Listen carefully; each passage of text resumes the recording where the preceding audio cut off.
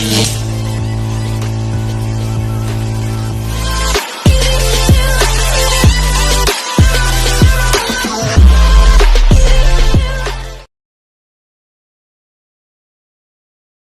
to sa pinakamahirap na ginawa kong movies dahil grabe yung script nito. Kung nakita ninyo, parang ganito siya kakapal nun.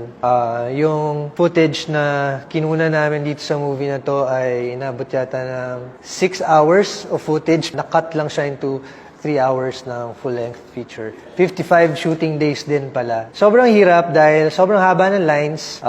Kailangan ko siya basahin every day and every night bago ako sumalang sa taping para ako nag-aaral ulit. And ang dami kong notes dyan. Naalala ko pa yung yellow pad ko na ganun kahaba. Kasi yung ibang lines, para ma-memorize ko, kailangan ko siyang isulat. Para lang pumasok talaga siya sa isip ko. Dahil lines din ito and yung dialogue is very doctrinal. Kaya kailangan alam mo siya word per word. Kaya, isa sa mga pinakamahirap yan, Felix Manalo.